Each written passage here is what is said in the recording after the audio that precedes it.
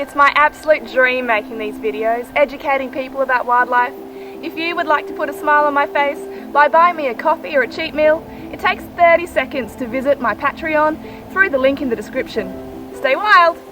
Hey Gus!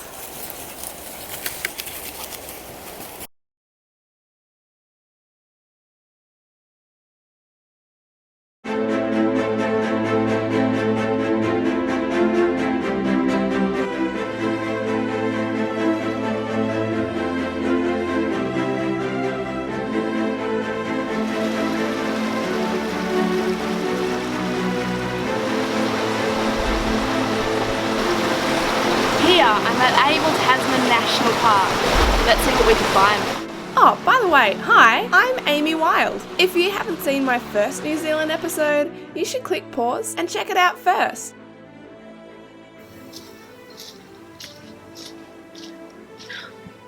Check this out. It's a weka. Hey, beautiful. These weka are amazing birds. They're a type of rail, that is, a group of mostly terrestrial, not so big on the flying birds, like chickens but different. As you may have guessed, they are endemic to New Zealand, that is, they live nowhere else, and are listed as vulnerable to extinction. These guys have a varied diet. While 70% of it is plant matter, the other 30% comprises of meat, largely invertebrates like earthworms and wetters. Yep, that giant cricket is a wetter, so wetter, weka, wetter, wetter, wetter, weka. Got it? Cool. Oh, and as well as other birds' eggs, they're also known to eat other birds, as well as mice, rats, and possums. What the? Absolutely gorgeous. Bye, buddy.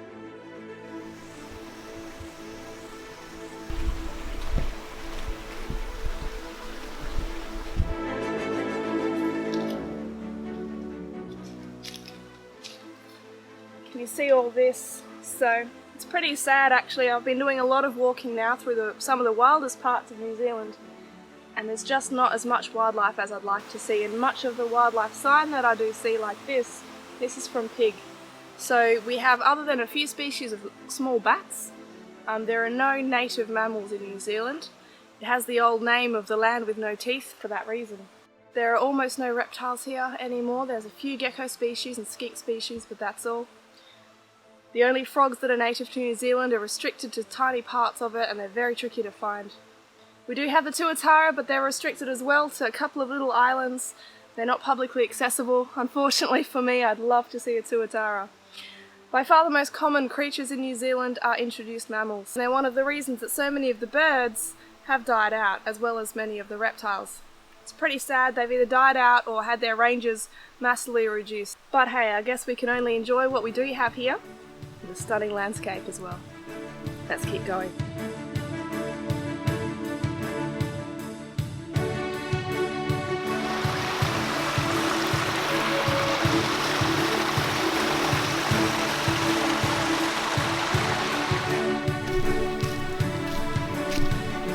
Now I'm emerging from the southern edge of the Able Tasman. Here, rainforest gives way to swampland and meets the ocean. You can see a mix of waders on the shore there. Ah, and here's 3, all juvenile pied stilts. I know these guys from Australia. They live in several areas, unlike New Zealand's critically endangered black stilt. Because they didn't manage to figure out anti-predator strategies like these guys, sadly they are in real trouble.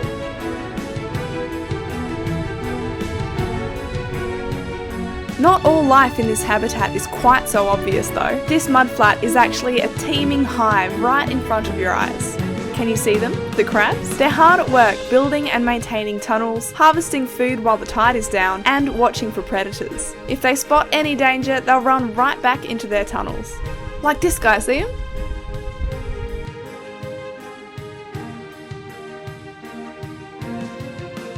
My goodness, Able Tasman has been a massive highlight. But as ever, we've got to keep going. We've started heading down the east coast, and I've just had to stop here at Ohau Point. New Zealand fur seals, or gekino, are everywhere. It's a fully established colony, and full of very cute babies. We know they're specifically fur seals, first by those pointy noses and smaller size, and that they're just plain old seals rather than true seals by their flappy flap visible ears and from the way they can rotate their hind fins under their body, allowing them to walk and even gallop so nimbly over those rocks.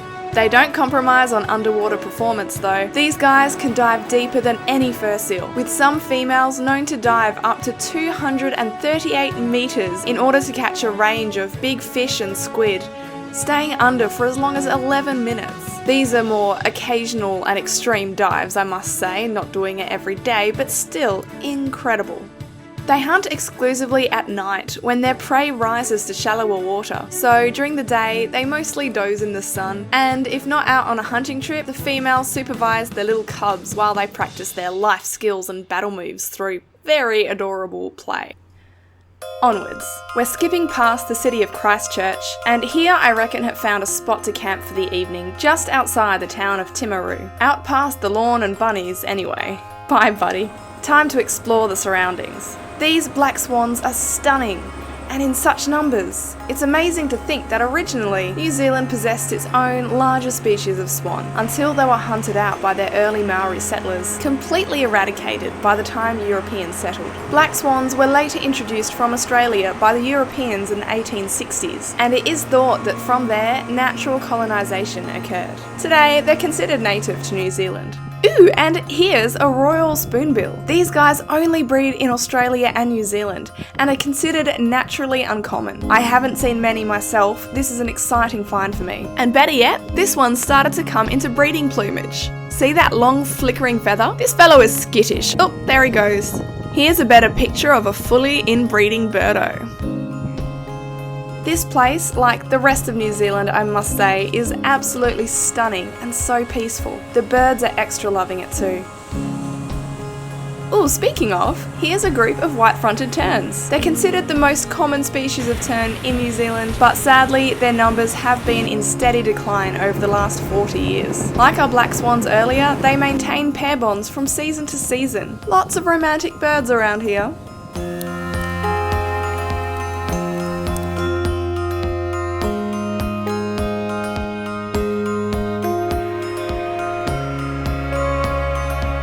Up to a view like this, complete with happy llamas, I definitely have to explore.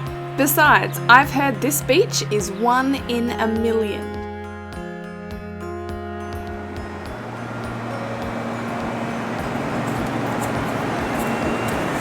Here we're at Mooraki Boulders Beach. It's absolutely amazing. It is quite a tourist destination, but as it's getting late in the day, most people have gone away by now. Leaving it all to ourselves. These boulders are amazing, they're so spherical, like giant marbles.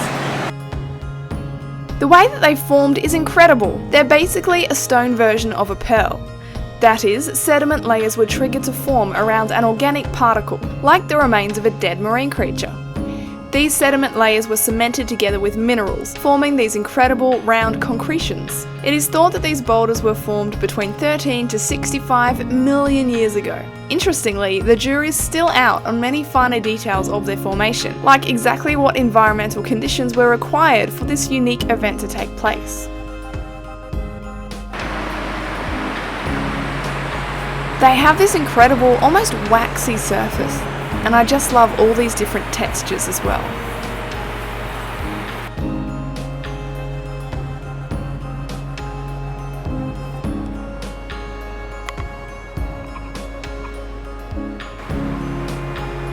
Here, a sooty oyster catcher isn't too fussed about the geological history of very round rocks. She just wants to find some spineless edibles in the sand, or on the rocks, like these little mussels, and ooh, these chitons. Okay, I love these things. They're marine mollusks, right? Basically ocean-going, armour-plated slugs. And ancient ones at that.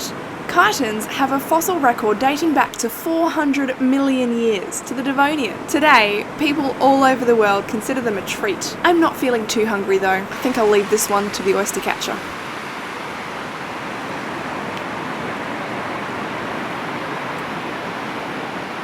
It's not difficult at all to imagine these being dragon or alien eggs, something completely ethereal, rather than just a very rare geological phenomenon.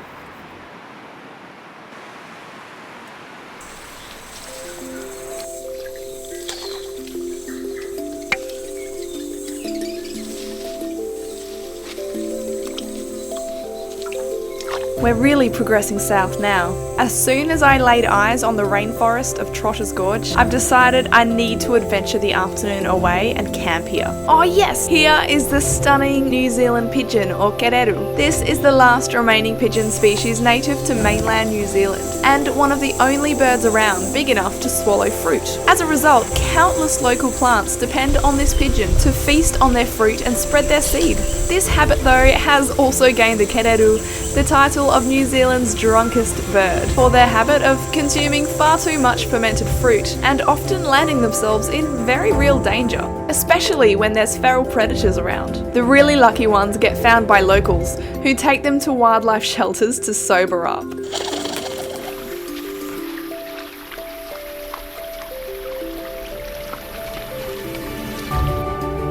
I could stay here so much longer, but I think it's time to hit the hay. And then keep going, back to the coast again, I reckon. See this guy? They're really hard to catch.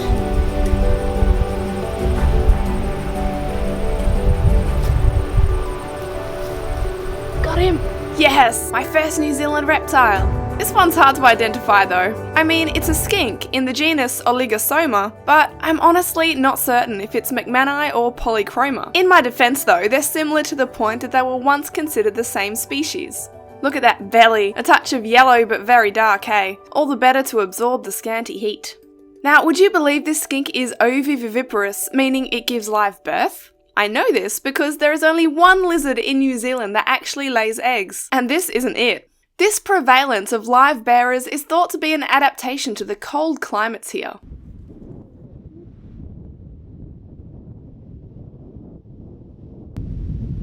Just another New Zealand fur seal living its best life.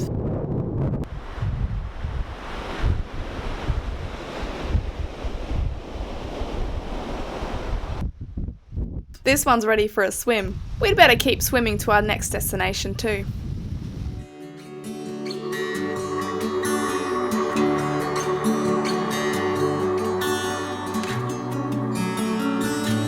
Next up, Huriawa Historical Site. Only about 35 kilometres from Dunedin today, this was once a major Maori fortification, right up until Captain James Cook's first visit to New Zealand in the 18th century. Ah, not the type of wildlife I was hoping for. There's a feral cat on patrol, do you see it? The grandeur of this historic site is amazing, something I'll honestly never forget. But as always, there's so much more to seek. Now, here's a special looking spot to explore. And that bull kelp. You may recall from my Tasmanian episodes that I have a special fascination with this stuff. Look at it, it's so hypnotic. But that's not all. It's the friggin' size of it. You probably can't get a proper idea from this footage. Let me give some perspective. Here's my foot.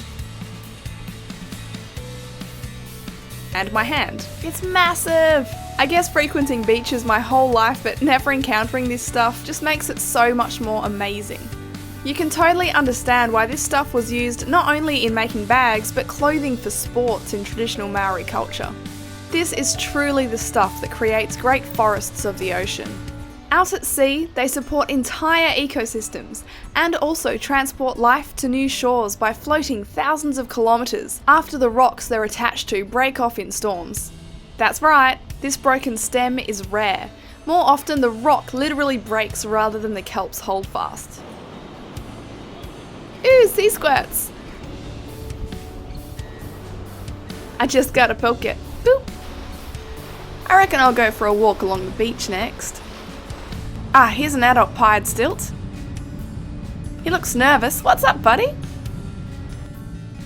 Whoa, hold up. Are those not New Zealand fur seals? Look at those blunt, rounded snouts. These are New Zealand sea lions.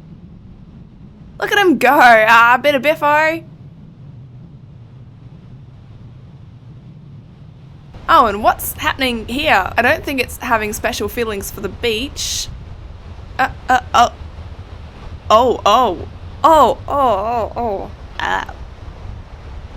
Well, that happened. Should not have had that dead fish for breakfast. Oh yeah, everyone's working hard over here. There's so many. What a perfect chance to observe some behaviour in the wild.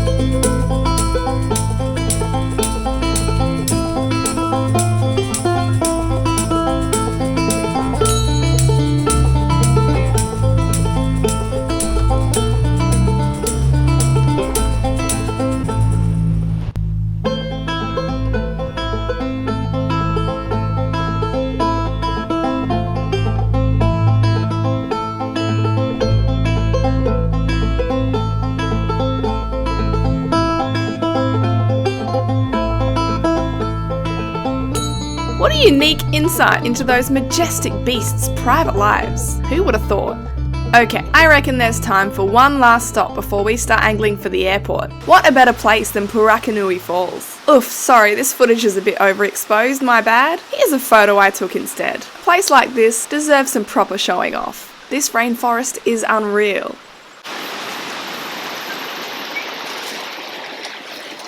Did you see that little fantail? They're so cheeky. Let's get a closer look. Although in Maori mythology, this New Zealand fantail, or piwakawaka, is known as the messenger of death, I think they're delightful. I'm being followed by these on pretty much every forest walk I go on. I reckon they want me to stir up some tucker for them. They're common except for the black ones, which make up only 5% of their population. Ah, and here's a New Zealand tomtit, my first one. Among other things, in Maori legend, these were the messengers of mediation between troubled couples. Well, time to leave this stunning forest and head through New Zealand's expansive farmland back to the airport.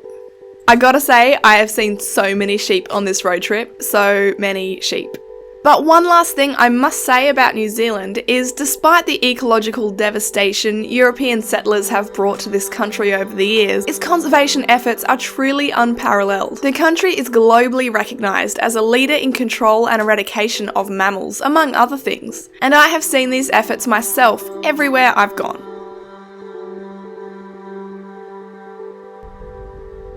Okay, just enough time for a quick walk around Christchurch Botanic Gardens before I really have to leave.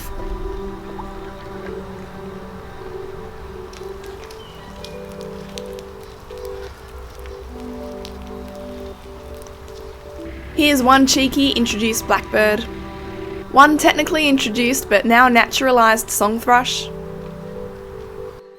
Ah, a chewie! This is a real deal New Zealand icon and the first I've seen. Oh man, that was a brilliant end to the trip.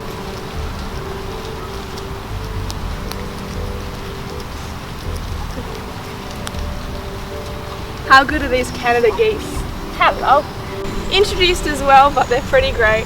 Well, unfortunately, we finished our little loop of South Island.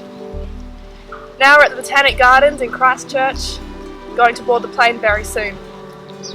It's been amazing! Although 2 weeks was just not enough, we've barely scratched the surface of what this amazing place has to offer. And of course, this is only South Island, there's all of the North Island in New Zealand as well. That's it, I'm going to have to come back another time. For now though, stay wild, and I'll see you next time.